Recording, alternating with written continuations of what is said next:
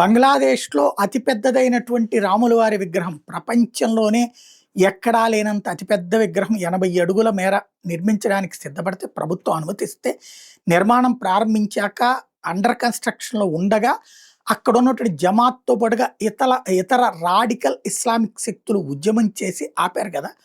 ఇప్పుడు ఈ విషయంలో కొత్త నిజాలు బయటకొస్తున్నాయి. అసలు ఆ విగ్రహ నిర్మాణానికి ప్లాన్ చేసిన వ్యక్తి హరిదాస్ అనేటటువంటి వ్యాపారి. బంగ్లాదేశ్‌లో ఉన్నటువంటి హిందూ వ్యాపారి.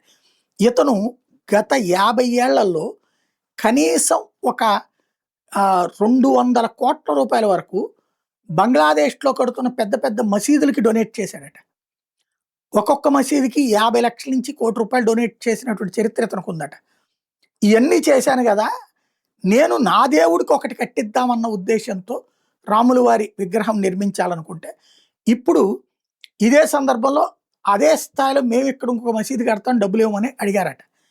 ఇప్పుడు నా దగ్గర ఉన్నది ఈ వయసు అయిపోతున్న కాలంలో ఇక నా దేవుడికి అంటూ నేను చేయాలని పెట్టాను.